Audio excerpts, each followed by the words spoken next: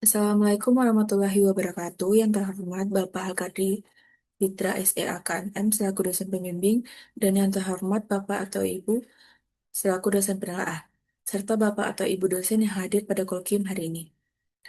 Baiklah, perkenalkan saya Diva Putri Mesya dengan NIM 200436085 akan mempresentasikan proposal penelitian dengan judul Pengaruh Kompetensi, Sistem Pengendali Internal, dan Moralitas Aparat terhadap Kecurangan dalam Pengelolaan Keuangan Desa. Selanjutnya ada latar belakang. Peningkatan ekonomi desa seiring perkembangan teknologi modern membuka peluang terjadinya fraud dalam pengelolaan keuangan desa, seperti penyalahgunaan aset, kecurangan laporan keuangan, dan korupsi ICVA 2022. Lemahnya pengawasan, kurangnya transparansi, dan konflik kepentingan memperbesar risiko tersebut, berdampak pada dana desa dan kesejahteraan masyarakat. Data ICW mencatat 875 kasus korupsi dana desa dengan kerugian sebesar 960,6 miliar sepanjang tahun 2015 sampai 2023. Dengan 295 kasus terjadi pada 2023. Salah satu contoh nyata adalah kasus korupsi dana desa APAR di Kota Pariaman yang menyebabkan kerugian 600 juta.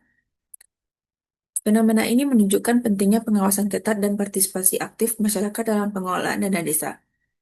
Permasalahan yang muncul disebabkan oleh pemahaman yang kurang terhadap akuntansi keuangan desa, lemahnya sistem pengendalian internal, serta rendahnya integritas aparatur desa menjadi faktor yang perlu diteliti lebih lanjut.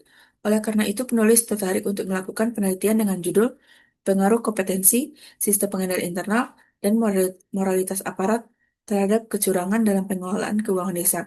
Studi kasus pada pemerintahan desa di Kota Pariaman. Adapun rumusan masalah. Yang pertama, apakah kompetensi aparatur desa berpengaruh terhadap kecurangan pengelolaan keuangan desa? Yang kedua, apakah sistem pengendali internal berpengaruh terhadap kecurangan pengelolaan keuangan desa? Yang ketiga, apakah moralitas aparatur berpengaruh terhadap kecurangan pengelolaan keuangan desa? Tujuan penelitian. Yang pertama, tujuan untuk mengetahui pengaruh kompetensi aparatur desa terhadap kecurangan pengelolaan keuangan desa. Yang kedua, untuk mengetahui pengaruh sistem pengendali internal terhadap kecurangan pengelolaan keuangan desa.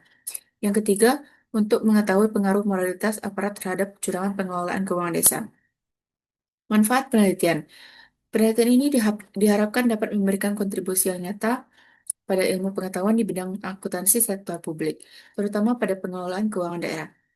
Yang kedua, penelitian ini diharapkan mampu memberikan wawasan tentang pentingnya kompetensi, sistem pengendalian internal, dan moralitas aparat dalam pencegahan kecurangan pengelolaan keuangan desa. Landasan teori. Teori agensi menjelaskan hubungan prinsipal dan agen di mana pemerintahan pusat dan daerah memberi mandat kepada pemerintahan desa untuk mengelola dana desa. Jensen and McLean 1976, Laksmi and Sujana 2019. Fraud, kecurangan, pengelolaan keuangan desa. Kecurangan keuangan desa mencakup penyalahgunaan wewenang, manipulasi anggaran, penggelapan dana, dan pelaporan fiktif oleh aparat desa dalam pengelolaan dana desa. Effendi 2024. Adapun kompetensi aparatur. Kompetensi aparatur mencakup kemampuan, keterampilan, dan sikap yang menentukan kualitas kerja sesuai standar pemerintah. Armelia dan Wahyuni, 2020. Adapun sistem pengendali internal. Pengendali internal adalah proses untuk memastikan tercapainya tujuan organisasi secara efektif, aman, dan patuh aturan melalui pengendali aktif atau pencegahan dan pasif atau efek jera. Menurut Choso Yadnya et al. 2017, PP No. 60, nomor 60 tahun 2008 dan Tuanakota tahun 2016. Adapun moralitas aparat. Moralitas aparatur mencakup perilaku yang dinilai baik atau buruk dan mempengaruhi kecenderungan fraud. Moralitas yang buruk meningkatkan risiko tindakan tidak etis. Udayani dan Sari 2017, Marsini et al. 2019. Penelitian terdahulu. Yang pertama, Rizka Maisti Wardani tahun 2024 dengan judul Pengaruh Kompetensi Sistem Pengendalian Internal dan Moralitas Aparatur Terhadap Potensi Terjadinya Kecurangan Laporan Keuangan dalam Pengelolaan Keuangan Desa. Yang kedua, Putu Intan Arianto tahun 2024 Pengaruh Kompetensi Aparatur Desa, Sistem Pengendalian Internal, Transparansi dan Moral Sensitivity terhadap pencegahan fraud dalam pengelolaan dana desa. Yang ketiga, Maudi Juniarti tahun 2024, dengan judul Pengaruh Kompetensi, Akuntabilitas, Moralitas Perangkat Desa terhadap Pencegahan Fraud dalam Pengelolaan Dana Desa di Kecamatan Lubuk Keliat. Kerangka konseptual, kompetensi aparat, sistem pengendalian internal, moralitas aparat berpengaruh kepada kecurangan pengelolaan keuangan desa. Adapun hipotesis. Hipotesis pertama, kompetensi aparat berpengaruh positif terhadap kecurangan pengelolaan keuangan desa. Hipotesis kedua, sistem pengendalian internal berpengaruh positif terhadap kecurangan pengelolaan keuangan desa. Hipotesis ketiga, moralitas aparat berpengaruh positif terhadap kecurangan pengelolaan keuangan desa. Metode penelitian. Jenis penelitian ini menggunakan pendekatan kuantitatif. Menurut Sugiono tahun 2018. Metode kuantitatif merupakan pendekatan penelitian yang didasarkan pada filsafat positivisme yang diterapkan dalam penelitian terhadap suatu populasi atau sampel tertentu. Lokasi dan waktu penelitian. Penelitian ini dilakukan pada pemerintahan desa di Kota Pariaman. Waktu penelitian akan dilakukan setelah seminar proposal. Populasi dan sampel. Penelitian ini menggunakan populasi aparatur pemerintahan desa di Kota Pariaman yang terdiri dari 55 desa di 4 kecamatan.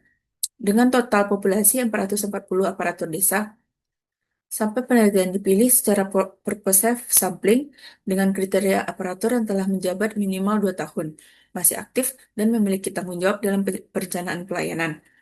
Sebanyak 100 aparat desa dipilih secara acak dari berbagai desa untuk mencerminkan kondisi pemerintah desa secara proporsional di seluruh kecamatan.